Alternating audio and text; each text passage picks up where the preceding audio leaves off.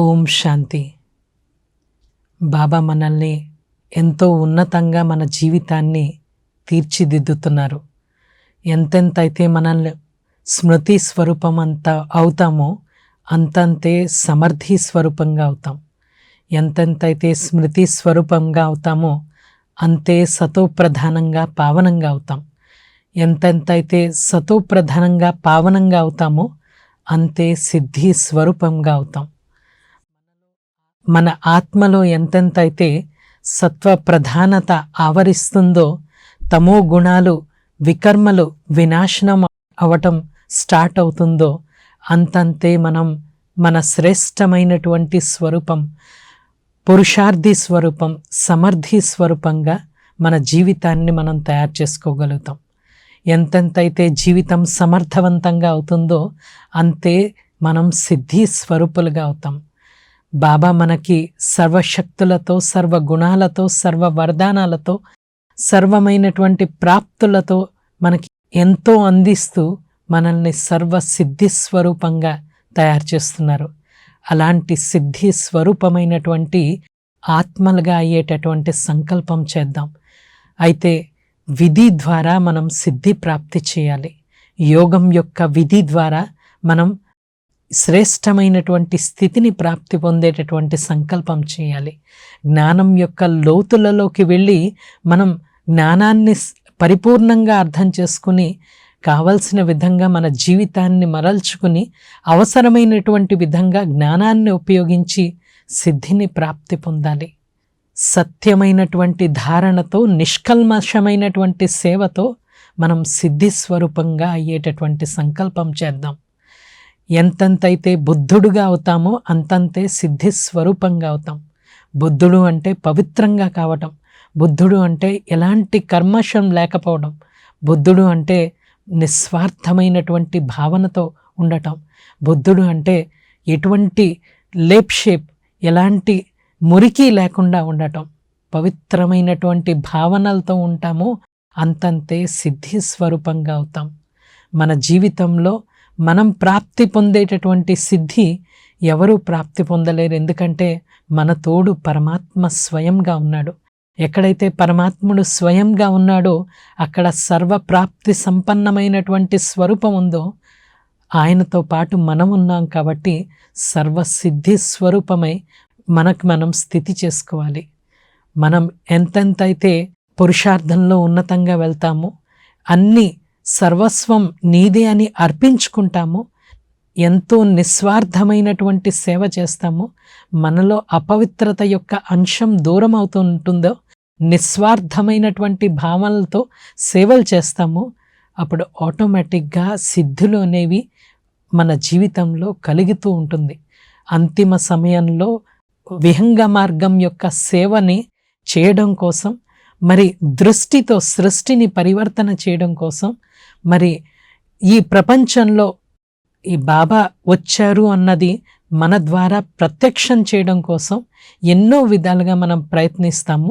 అయితే ఆ ప్రయత్నంలో భాగంగా మనం సిద్ధి స్వరూపంగా అయితే, సమర్థి స్వరూపంగా అయితే మనం తప్పనిసరిగా బాబాని ఏ విధంగా ప్రత్యక్షం చేయాలో ప్రత్యక్షం చేయొచ్చు.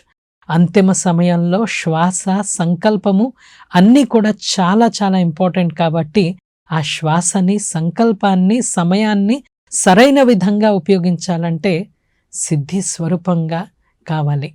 ఎంతెంతైతే వాచ పవిత్రంగా ఉంటుందో అంతంతే వాచ సిద్ధి స్వరూపంగా అవుతుంది. ఎంతెంతైతే దృష్టి పవిత్రంగా అవుతుందో మన సృష్టి అనేది ఆటోమేటిక్గా పరివర్తనై మనం కావాల్సింది మనం చూసే విధంగా తయారవుతుంది. ఎంతెంతైతే మనస్సు తథాస్తు అన్న భావనతో నిండుతుందో, మనకి బాబా యొక్క సంకల్పాన్ని నెరవేర్చే భావనతో మన మనస్సు ఎప్పుడైతే నిండి ఉంటుందో అప్పుడు మనస్సు కూడా సిద్ధి స్వరూపంగా అవుతుంది. అలాంటి సిద్ధి స్వరూపంగా, సమర్థి స్వరూపంగా అయ్యేటటువంటి సంకల్పం చేద్దాం. బాబా మనకి ఎన్నో సిద్ధుల్ని ఇచ్చారు. ఆ సిద్ధుల్ని కేవలం బాహ్యమైనటువంటి విషయాల కోసం ఉపయోగించకుండా మన పురుషార్థం కోసం ఆ యొక్క సిద్ధులని ఉపయోగించాలి. మన జీవితాన్ని ఉన్నతంగా తయారు చేసుకోవడం కోసం మనం ఈ సిద్ధులని ఉపయోగించాలి. సిద్ధి ఏదైతే కలుగుతుందో అది ఎప్పుడూ కలగాల్సిన అవసరం లేదు. సిద్ధి అనేది ఒక డివిడెండ్ లాంటిది. అప్పుడప్పుడు కలుగుతుంది, అప్పుడప్పుడు కలగదు. అందువలన ఏమంటారంటే భగవద్గీతలో చెప్పారు, సిద్ధ్యా సిద్ధ్యో సమో భూత్వా యోగస్త్వ సమ ఉచ్యతే సమత్వ యోగ ఉచ్యతే అని చెప్పారు. అంటే సిద్ధి అసిద్ధిలో సమభావం ఉంచుకునేవారే సత్యమైనటువంటి యోగి. ఎందుకంటే యోగి జీవితమే సత్యమైనటువంటి పరిపూర్ణమైనటువంటి త్రికాలదర్శిగా అయ్యేటటువంటి జీవితం. కాబట్టి మన కర్మల యొక్క గుహ్య గతిని తెలుసుకుని కర్మల అనుసారంగా మనం సిద్ధిని పొందుతాం. కాబట్టి కేవలం కర్మల అనుసారంగా మనకి సిద్ధి ప్రాప్తి అవుతుందని చెప్పేసి, కర్మల గుహ్య గతి అనుసారంగానే మనకి సిద్ధి ప్రాప్తి అవుతుందన్న విషయాన్ని గమనించుకోవాలి. మనం ఎంతెంతైతే జీవితంలో మన బ్రాహ్మణ జీవితంలో ఔన్నత్యాన్ని పొందుతామో, ఎంతెంతైతే పురుషార్థంలో ముందుకు వెళ్తామో, బాబానే సర్వస్వం అని చెప్పేసి మన జీవితాన్ని మనం పూర్తిగా బాబాకి అర్పించుకుంటామో, ఆటోమేటిక్గా సర్వసిద్ధులు కూడా మనకి కలుగుతూ ఉంటాయి. బాబా అక్కడ భక్తి మార్గంలో కూడా చెప్తారు, అష్టసిద్ధి నవనిధికే దాత అంటారు, హనుమంతుడికి చెప్తారు. అలాగే వినాయకుడిని సిద్ధి వినాయకుడు అంటారు. అలాగే లక్ష్మిని సిద్ధ లక్ష్మి అని కూడా అంటారు. అయితే మనకు కూడా ఈరోజు సిద్ధి వినాయకుడిగా సిద్ధ లక్ష్మిగా అయ్యేటటువంటి మనం సంకల్పం చేద్దాం. అలాంటి సిద్ధి స్వరూపంగా అయ్యేటటువంటి సంకల్పం చేద్దాం. బయట వాళ్ళు చిన్న చిన్న సిద్ధులు, చిన్న చిన్న చమత్కారాలు చేసి మొత్తం ఎంతో పేరు ప్రతిష్టలు తెచ్చుకుంటారు. వాళ్ళ వెనకాల పడతారు. సిద్ధులు ఉన్న వాళ్ళ వెనకాల సిద్ధ పురుషుడండి అని చెప్పేసి వాళ్ళ వెనకాల పడతారు. కానీ ఆ సిద్ధులు కేవలం భౌతికమైనటువంటి సిద్ధులు. కొంతమంది నిప్పు మీద నడుస్తారు, కొంతమంది వేరే వారి మైండ్ని రీడ్ చేస్తారు, కొంతమంది గాలిలో ఎగిరేటటువంటి సిద్ధిని ప్రాప్తి పొందుతారు, కొంతమంది పరకాయ ప్రవేశం చేసేటటువంటి సిద్ధిని ప్రాప్తి పొందుతారు. కొంతమంది వేరే వారి ఎంత దూరమైనా సరే, ఎక్కడున్నా సరే, ప్రపంచంలో ఏ మూల ఏం జరుగుతున్నా సరే ఇక్కడ కూర్చుని తెలుసుకునేటటువంటి సిద్ధిని ప్రాప్తి పొందుతారు. కానీ బాబా మనకిచ్చేటటువంటి సిద్ధులు వేరండి. ఆధ్యాత్మిక జీవన పదంలో మనం బ్రాహ్మణ జీవితం జీవిస్తూ మన బ్రాహ్మణ జీవితంలో ప్రాప్తి పొందేటటువంటి సిద్ధులు చాలా డిఫరెంట్గా ఉంటాయి. బాబా 73, 74 అవ్యక్త మురళిలో విశేషంగా సిద్ధి స్వరూపంగా అయ్యేటటువంటి సంకల్పాన్ని ఇచ్చారు. ఆ సిద్ధి స్వరూపంగా ఎప్పుడైతే అవుతామో ఆటోమేటిక్గా మన జీవితం అనేది చాలా ఉన్నతంగా అవుతుంది. సిద్ధి అనేది మనకి ఒక దర్పణంగా చూసుకోవచ్చు. మన జీవితంలో ఉన్నటువంటి ఔన్నత్యాన్ని ఎంత లోతుగా మనం పురుషార్థం చేస్తున్నాము, ఎంత డీప్గా మనం పురుషార్థం చేస్తున్నామన్న విషయాన్ని ఆ వచ్చే ప్రాప్తి పొందేటటువంటి సిద్ధితో మనకి తెలుస్తూ ఉంటుంది. ముఖ్యంగా బ్రాహ్మణ జీవితం మొదలవుతూ ఉంటేనే బాబా మన చేతిలో చేయి వేసి మన చేతిని పట్టుకుని నడిపిస్తారు.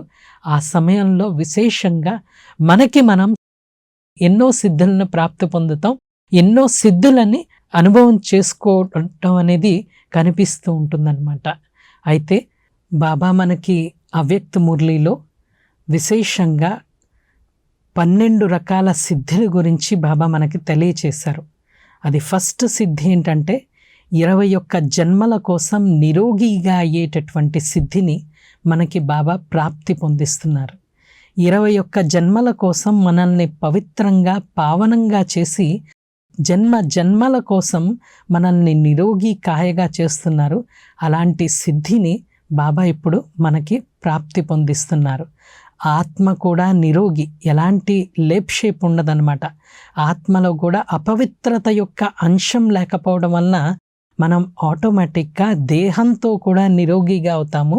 విషయ వికారాల నుంచి అతీతంగా కావడం వలన ఆత్మ కూడా స్వస్థతగా ఉంటుంది. కాబట్టి నిరోగిగా అయ్యేటటువంటి సిద్ధి బాబా మనకి ఈ సమయంలోనే ఇస్తున్నారు. అంతేకాకుండా దుఃఖీ అశాంత ఆత్మలు ఎవరైతే ఉన్నారో వారిని సుఖశాంతులతో సంపన్నంగా చేసి, నిర్ధన ఆత్మలకి అంటే ఎవరైతే పేదవారు ఉన్నారో వారిని కూడా ధనవంతులుగా చేసేటటువంటి సిద్ధిని బాబా మనకి ప్రాప్తి పొందిస్తున్నారు. అయితే ఈరోజు ప్రతి ఒక్కరూ దుఃఖము అశాంతితో అలమటిస్తున్నారు. అలాంటి సమయంలో మనం సిద్ధి స్వరూపంగా అయ్యి మనం గనక సత్యమైనటువంటి సుఖాన్ని ప్రాప్తి పొందితేనే వేరే వారి దుఃఖాల నుంచి మనం దూరం చేయగలం. అయితే మనకి మనం ఈ దుఃఖం యొక్క ప్రపంచం నుంచి దూరం చేసుకుని సత్యమైనటువంటి సుఖాన్ని ప్రాప్తి పొందేటటువంటి విషయాన్ని గమనించుకొని మనం ప్రాప్తి పొందుతూ వేరే వారికి ఆ ప్రాప్తినిచ్చేటటువంటి సిద్ధిని బాబా మనకి కలిగిస్తూ ఉన్నారు. అశాంతి ఆత్మలోకి శాంతి ఇచ్చేటటువంటి సిద్ధి మనమే కలుగుతుంది. ఈరోజు ప్రపంచమంతా కూడా దుఃఖము అశాంతిలో మునిగిపోయి ఉన్న వారికి కేవలం బాబా యొక్క అంచెలి అంటే బాబా యొక్క మధురమైనటువంటి మహావాక్యాలు తెలియచేసి బాబా యొక్క జ్ఞాపకం యొక్క నీటి బిందువుని అందించి మనం వారి యొక్క దుఃఖము అశాంతిని మనం తొలగిస్తూ ఉంటాం. బాబా యొక్క సత్యమైనటువంటి సందేశం ఎప్పుడైతే తెలియజేస్తామో, ఆత్మ జ్ఞానాన్ని ఎప్పుడైతే తెలియజేస్తామో ఆటోమేటిక్గా వారి జీవితం అనేది స్వర్గతుల్యంగా అవుతుంది. దుఃఖి అశాంత నిర్ధన ఆత్మ ఎవరైతే ఉన్నారో వాళ్ళు దుఃఖంలో ఉన్న వాళ్ళు సత్యమైనటువంటి సుఖాన్ని ప్రాప్తి పొందుతారు. మరి అశాంతిగా ఉన్నవారు సత్యమైనటువంటి శాంతి, అవినాశి శాంతిని ప్రాప్తి పొందుతారు. నిర్ధన ఆత్మ ఎవరైతే ఉన్నారో వారు సత్యమైనటువంటి ధనాన్ని, జ్ఞానధనాన్ని, సుఖ సంతోషాన్ని తమ జీవితంలో ప్రాప్తి పొందుతూ ఉంటారు. బాబా విశేషంగా నిర్బల ఆత్మని, అంటే ఈరోజు బలహీనంగా ఉంది, మనస్సు బలహీనంగా ఉండటం వల్ల చాలా డిఫికల్టీస్ ఫేస్ చేస్తుంది ఆత్మ. అయితే కొద్దిగా ఒక్క చిన్న మాట వేరే వారిని అంటే వారు అది తట్టుకునే శక్తి కూడా ఆత్మలో లేదనమాట. నిర్బల్గా ఉన్నటువంటి ఆత్మని బలవంతులుగా, అంటే మనస్సు శక్తివంతంగా అయితే జీవితం శక్తివంతంగా అవుతుంది. అయితే అలాంటి నిర్బల్గా ఉన్నటువంటి ఆత్మలను కూడా శక్తివంతంగా చేసేటటువంటి సిద్ధిని బాబా మనకి కలిగిస్తున్నారు. నిర్బల ఆత్మలని శక్తివంతంగా చేసేటటువంటి సిద్ధి, అది కూడా కేవలం ఒక్క జన్మ కోసం కాదు, 21 జన్మల కోసం చేసేటటువంటి సిద్ధిని బాబా మనకి ఇస్తున్నారు. 5 వికారాల మీద విజయం ప్రాప్తి పొందేటటువంటి సిద్ధిని బాబా మనకి కలిగిస్తున్నారు. 5 వికారాలు అంటే ఆ 5 వికారాల మీద విజయం ప్రాప్తి పొందటం అనేది సాధారణమైనటువంటి విషయం కాదు. ఎప్పటి వరకు దేహం ఉందో అప్పటి వరకు 5 వికారాలు అనేది ఉండనే ఉంటాయి. కానీ 5 వికారాల మీద విజయం ప్రాప్తి పొందేటటువంటి సిద్ధి స్వరూపంగా బాబా మన బ్రాహ్మణ జీవితాన్ని తీర్చిదిద్దుతున్నారు. కాబట్టి కేవలం బాబా శక్తి మాత్రమే పంచ వికారాల నుంచి మరి మనల్ని దూరం చేస్తుంది. ఈ జీవితంలో వచ్చే అన్ని సమస్యలకి ముఖ్యమైనటువంటి కారణం ఏంటంటే ఈ 5 వికారాలు మాత్రమే. కాబట్టి ఈ 5 వికారాల నుంచి బయటపడి ఏ రకంగా మనం సిద్ధి స్వరూపంగా అయ్యి కేవలం మనలో ఉన్నటువంటి 5 వికారాలని తొలగించుకోవడమే కాక మరి అందరిలో ఉన్నటువంటి 5 వికారాలని తొలగించేటటువంటి ప్రయత్నం చేయాలి. అలాగే సంకల్పాలని ఎక్కడ కావాలంటే అక్కడ స్థిరం చేసేటటువంటి సిద్ధి, ఎప్పుడు ఎక్కడ ఎలా ఏ రకంగా కావాలంటే అదే రకంగా మన మనస్సుని ఏకాగ్రపరచుకోవాలి. మనస్సు ఎంతైతే పవిత్రంగా అవుతుందో, శుద్ధంగా అవుతుందో, ఏకాగ్రంగా అవుతుందో అంతంతే మనస్సు స్థిరంగా కూడా ఉంటుంది. ఏమంటారంటే భగవద్గీతలో మనఃప్రసాద సౌమ్యత్వం మౌనవాత్మ వినిగ్రహ అంటారు. అంటే మనస్సులోని నిశ్చలతత్వం, నిర్మలత్వం, మనోనిర్మలత్వం ఏదైతే ఉందో అదే అన్ని సమస్యలకి, జీవితంలో వచ్చేటటువంటి అన్ని సమస్యలకి కూడా సమాధానం. మనస్సుని నిశ్చలంగా చేసుకోవాలంటే తప్పనిసరిగా మనం యోగ మార్గాన్ని అనుసరించి మన జీవితాన్ని సిద్ధి స్వరూపంగా తయారు చేసుకోవాలి. అప్పుడు మనస్సు పరుగులు తీస్తూ ఉండకుండా ఎక్కడ ఎప్పుడు ఎలా కావాలంటే అక్కడ స్థిరం చేసేటటువంటి విషయాన్ని మనం మన జీవితంలో కూడా గమనించుకోవచ్చు. ఎంతైతే ఆత్మ పరమాత్మ ప్రేమలో మునిగిపోయి ఉంటుందో అంతంతే మనస్సులో స్థిరత్వం అనేది ఆటోమేటిక్గా రావటం అనేది స్టార్ట్ అవుతుంది. అందువలన మనస్సుని స్థిరం చేసుకునేటటువంటి సిద్ధిని కూడా బాబా జన్మ జన్మల కోసం మనకి అందిస్తూ ఉంటారు. బాబా మూర్ఛితులను కూడా సూర్జితులు చేయటం కోసం మనకి జ్ఞానం యొక్క సంజీవని అందించారు. ఆ సంజీవని సేవించడం ద్వారా మన జీవితాన్ని మనం ఎంతగానో పరివర్తన చేసుకుని సత్యమైనటువంటి సిద్ధి స్వరూపంగా మనం తయారవుతాము. ఎంతంతైతే జ్ఞానాన్ని మన జీవితంలో సముపార్జించుకుంటామో అంతంతే మన జీవితంలో కూడా సిద్ధి స్వరూపాన్ని మనం అనుభవం చేస్తాము.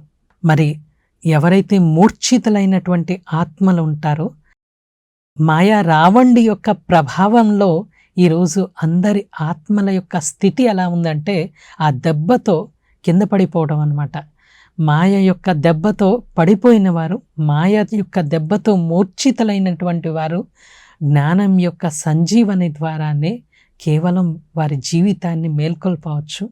అలాంటి మూర్ఛితులను కూడా మరి సూర్జితులుగా చేసేటటువంటి సిద్ధిని బాబా మనకి ప్రాప్తి పొందిస్తున్నారు. ఈరోజు శరీరం దొరకక ఆత్మలు భ్రమిస్తూ ఉన్నాయి, మరి వెతుకులాటలో ఉన్నాయి శరీరం కోసం. అలాంటి వారికి కూడా టికానా అంటే సరైనటువంటి శరీరాన్ని ప్రాప్తి పొందించేటటువంటి సిద్ధి, అంటే సరైన స్థానానికి వారికి దారి చూపించేటటువంటి సిద్ధి ఏదైతే ఉందో అది కేవలం మన బ్రాహ్మణ ఆత్మలు మాత్రమే చేయొచ్చు. ఎలాంటి ఆత్మ అయినా సరే మరి పావనమైనటువంటి సంకల్పం అంటే ఎంతెంతైతే శుద్ధమైనటువంటి పవిత్రమైనటువంటి ఆభామండలం మనం తయారు చేసుకుంటామో అక్కడికి చేరుకుని సుఖశాంతులను ఆ ఆభామండలంలో పొందుతూ ఎక్కడికి చేరుకోవాలో అక్కడికి చేరుకుంటుంది. అయితే అలాంటి విశేషమైనటువంటి సిద్ధి బాబా మనకి కల్పిస్తున్నారు. అంతేకాకుండా మరి మనందరికీ తెలుసు ఈరోజు అకాలే మృత్యు అంటే సమయానికి ముందే మృత్యు అనేది చాలామందికి జరుగుతూ ఉంటుంది. కలియుగంలో ఇది నార్మల్గా జరిగేటటువంటి విషయం. అయితే బాబా మనల్ని 21 జన్మల నుంచి అకాల మృత్యువు నుంచి దూరంగా అయ్యేటటువంటి సిద్ధిని బాబా ప్రాప్తి పొందిస్తున్నారు. మనకి మన భారతదేశంలో ఉన్న సాంప్రదాయం ఏంటంటే ఆయుష్మాన్ భవ, అంటే పూర్తిగా సంపూర్ణమైనటువంటి ఆయుష్ని జీవించమని చెప్పేసి సంకల్పాన్ని ఇస్తారు. అయితే ఆ సంకల్పాన్ని మనం బాబా యొక్క జ్ఞాపకం ద్వారా సాకారం చేసుకోవచ్చు. సిద్ధి స్వరూపంగా అయి అకాలే మృత్యువు 21 జన్మల కోసం అకాల మృత్యువు నుంచి మనం దూరంగా అయ్యేటటువంటి సిద్ధిని ప్రాప్తి పొందుతాం. మరి సంగమ యుగంలోనే బాబా అన్ని రకాలుగా మనకి శృంగారం చేస్తున్నారు. తాజ్ అంటే కిరీటం, తఖ్త్ అంటే సింహాసనం, తిలక్ అంటే మనకి తిలకాన్ని ఇచ్చి మన జీవితాన్ని సత్యస్వరూపంగా తీర్చిదిద్దుతున్నారు. ఇది అవినాశీ తిలకం, ఆత్మస్మృతి తిలకం. కాబట్టి ఇది 21 జన్మల కోసం మనం పెట్టుకునే తిలకం ఏదైతే ఉందో అవినాశి సిద్ధిగా అయ్యి మన తోడొస్తుంది. మన ఆత్మభావంతో దేహభానం నుంచి దూరంగా ఉండి ఈ యొక్క అవినాశి సిద్ధిని మనం ప్రాప్తి పొందుతున్నాం. ఇప్పుడు ఎవరైతే ఆ బాబా యొక్క హృదయ సింహాసనాన్ని ప్రాప్తి పొందుతారో 21 జన్మల కోసం బాబా సర్వప్రాప్తులు రాజ్యాధికారం యొక్క సింహాసనాన్ని ప్రాప్తి పొందేటటువంటి సిద్ధిని మనకి కలిగిస్తున్నారు. అంతేకాకుండా మరి బ్రాహ్మణ జీవితమే చాలా శ్రేష్టమైనటువంటి జీవితం. ఆ శ్రేష్టమైనటువంటి జీవితం పవిత్రమైనటువంటి జీవితంగా చెప్పచ్చు. పవిత్రత యొక్క కిరీటాన్ని బాబా ఈ సంగమ యుగంలో మన మీద ఉంచి బాబా శ్రేష్టమైనటువంటి జీవితాన్ని అందించి అలాంటి శ్రేష్టమైనటువంటి జీవితాన్ని 21 జన్మల కోసం తాజ్, తఖ్త్, తిలక్ ఈ మూడిటితో పాటు జీవించేటటువంటి సిద్ధిని బాబా మనకి కలిగిస్తూ ఉన్నారు. బాబా మనల్ని త్రికాలదర్శిగా చేసి త్రినేత్రాన్ని అందించి, మూడో నేత్రాన్ని, దివ్య బుద్ధి యొక్క నేత్రాన్ని అందించి, మరి 3 కాలాల జ్ఞానాన్ని అందించి, మన జ్ఞాన నేత్రాన్ని తెరిచేటటువంటి సిద్ధి కేవలం మనకి మనం తెరుచుకోవడం కాదు, వేరే వారి యొక్క దివ్య బుద్ధి యొక్క నేత్రాన్ని తెరిచేటటువంటి సిద్ధి కూడా మనకి ప్రాప్తి పొందిస్తున్నారు. ఈ రకంగా 12 సిద్ధులు బాబా అవ్యక్త మురళిలో విశేషంగా తెలియచేయడం జరిగింది. మరి అష్టసిద్ధులు అంటారు మనం. అష్టసిద్ధులు మన జీవితంలో, భక్తి మార్గంలో కూడా అష్టసిద్ధులు ఉంటాయి. అయితే మన జీవితంలో ఎలాంటి అష్టసిద్ధులు ప్రాప్తి పొందాలో అది కూడా మనం చూద్దాం. అయితే ఎంతెంతైతే మనం అష్టసిద్ధులు ప్రాప్తి పొందుతామో ఆ అష్టసిద్ధులు కూడా మనల్ని పురుషార్థంలో చాలా చక్కగా ముందుకు తీసుకువెళ్తాయి. ఫస్ట్ సిద్ధి ఏంటంటే, ఎంత పెద్ద విషయాన్ని ఉన్నా సరే చాలా చిన్న విషయంగా తయారు చేసేటటువంటి సిద్ధి. అంటే బాబా చెప్తాడు, బిందు స్వరూపంలో ఏది విషయాన్నైనా సరే బిందువు పెట్టి బిందు స్వరూపాన్ని ప్రాప్తి పొందేటటువంటి సిద్ధి. ఎలాంటి ప్రాప్తి సంపన్న స్వరూపం అంటే, ఎంతెంతైతే మనం ప్రాప్తి సంపన్నంగా ఉంటామో అంతంతే మనం మన జీవితంలో సిద్ధి స్వరూపంగా ఉంటాము. పరిస్థితులు చాలా తక్కువగా, చిన్నవిగా ఎప్పుడు కనిపిస్తుందంటే, మన శ్రేష్టమైనటువంటి స్థితిని మనం తయారు చేసుకున్నప్పుడు కనిపిస్తుంది. ఎంత పెద్ద విషయాన్నైనా సరే చాలా చిన్న విషయంగా చేసేటటువంటి సిద్ధి. రెండో సిద్ధి బాబా ఇచ్చింది విశాలమైనటువంటి మనస్సు ప్రాప్తి పొందేటటువంటి సిద్ధి. ఆ విశాలమైనటువంటి మనస్సుతో ఎలాంటి విషయాన్నైనా సరే మన దృష్టికోణంతో, సరైనటువంటి దృక్పథంతో, మనం విశాలమైనటువంటి భావనలతో, శుభశ్రేష్టమైనటువంటి సంకల్పంతో మనం ఆ యొక్క విశాలం మనస్సు కలిగేటటువంటి, విశాలమైనటువంటి బుద్ధిని కలిగించేటటువంటి సిద్ధిని మనం ప్రాప్తి పొందుతాం. బాబా మనల్ని ఎలాంటి పరిస్థితుల్లో అయినా సరే అచల్ అడోల్గా అయ్యేటటువంటి సిద్ధిని మనకి కలిగిస్తున్నారు. అక్కడ అంగదుడిని చూపిస్తారు కదా, అంగదుడి కాలు రావణుడు కూడా కలపలేకపోయాడు. అలాంటి జ్ఞాన యోగాలతో, మరి మహిమాయోగ్యమైనటువంటి జీవితంతో ఎలాంటి పరిస్థితులు వచ్చినా సరే అచల్ అడోల్గా అయ్యేటటువంటి సిద్ధిని బాబా మనకి కలిగిస్తున్నారు. అయితే బాబా మనకి ఇచ్చినటువంటి విశేషమైనటువంటి సిద్ధి ఏంటంటే, ఎగిరేటటువంటి సిద్ధి, ఫరిష్తాపన్గా అయ్యేటటువంటి సిద్ధి, హల్కాగా తేలికగా అయ్యేటటువంటి సిద్ధి. అలాంటి సిద్ధి కేవలం సంగమ యుగంలో మనకి కలుగుతూ ఉంటుంది. డబల్ లైట్గా చేస్తున్నారు కాబట్టి ఎప్పుడూ కూడా మనం ఎగిరే కళలో ఉంటాము. ఎలాంటి పరిస్థితిలో అయినా సరే ఎగిరే కళలో ఉంటాము. ఫర్ష్ పర్ నహి బల్కి అర్ష్ నివాసి అంటారు. అంటే మనం ఈ నేల మీద ఉన్నా సరే మన మనస్సు మాత్రం ఎప్పుడూ కూడా ఎగురుతూ ఉంటుంది. మనస్సు తేలిక పడితే ఆటోమేటిక్గా మన యొక్క శ్రేష్టమైనటువంటి స్థితిని, ఎగిరేటటువంటి స్థితిని, లైట్ యొక్క స్థితిని, లైట్ మైట్ యొక్క స్థితిని, ఫరిష్తా స్థితిని ప్రాప్తి పొందే సిద్ధి కూడా బాబా మనకి కలిగిస్తూ ఉంటారు. బాబా మనల్ని సర్వ ప్రాప్తులతో సంపన్నంగా చేస్తూ ఉంటారు. ఏ రోజైతే మనం బాబా బిడ్డగా అవుతామో అదే రోజు బాబా యోగి భవ, పవిత్ర భవ యొక్క వరదానాన్నిచ్చి తన సర్వస్వం కూడా పూర్తిగా మనకి ధారపోస్తూ ఉంటారు. అన్ని ప్రాప్తులు, ఏవైతే ప్రాప్తులు బాబావై ఉన్నాయో ఆ ప్రాప్తులతో మనల్ని సంపన్నంగా చేస్తారు. కాబట్టి సర్వప్రాప్తి సంపన్నంగా అయ్యేటటువంటి సిద్ధిని కూడా బాబా మనకి కలిగిస్తూ ఉంటారు. అయితే మనం ఎన్నో జన్మల నుంచి 63 జన్మలు కేవలం ఒక జడమైన మూర్తి ముందు నిలబడి మన భక్తులు వాళ్ళు కోరుకునే కోరికలన్నీ కూడా తీర్చుకుంటూ ఉంటారు. అయితే ఎంత సిద్ధి స్వరూపంగా అవుతామో అంతంతే మన జడమూర్తి ద్వారా భక్తుల యొక్క మనోకామనలు ఏవైతే ఉన్నాయో ఆ మనోకామనలు కూడా పూర్తి అవుతూ ఉంటాయన్నమాట. అంటే జన్మాంతరాల కోసం మన చైతన్య మూర్తిత్వాన్ని తయారు చేసుకునేటటువంటి సిద్ధి. అటువంటి సిద్ధిని మనం ప్రాప్తి పొందాలి. బాబా మనకి విశేషమైనటువంటి సిద్ధిని ఏమిస్తున్నారంటే మన ద్వారా, మన యొక్క ముఖం ద్వారా బాబా యొక్క ప్రత్యక్షత చేసేటటువంటి సిద్ధి. అటువంటి సిద్ధి కూడా చాలా విశేషమైంది. అయితే భక్తులు ఎవరైతే ఉన్నారో వారి మనోకామనలు పూర్తి చేయాలంటే మన మనస్సు, మన బుద్ధిని మనం పూర్తిగా నింపుకొని ఉండాలి. తథాస్తు యొక్క భావన కలిగి ఉండాలి. అప్పుడు వేరే వారి యొక్క సంకల్పాలకి మనం రిటర్న్ ఇవ్వగలుగుతూ మనం ముందుకు వెళ్ళగలుగుతాం. వేరే వారి మనస్సుని మనం ఎంతైతే తెలుసుకుంటామో, వేరే వారిని మనం ఎంతైతే అర్థం చేసుకుంటామో, వారికి కావాల్సింది ఎప్పుడైతే ప్రాప్తి పొందిస్తామో అప్పుడే వారికి కావాల్సింది మనం ఇవ్వగలుగుతాం. కాబట్టి వేరే వారి మనస్సుని అర్థం చేసుకునేటటువంటి సిద్ధిని కూడా బాబా మనకి ప్రాప్తి పొందిస్తున్నారు. ఈ రకంగా బాబా మనకి అష్టసిద్ధులతో కూడా సంపన్నంగా చేస్తున్నారు.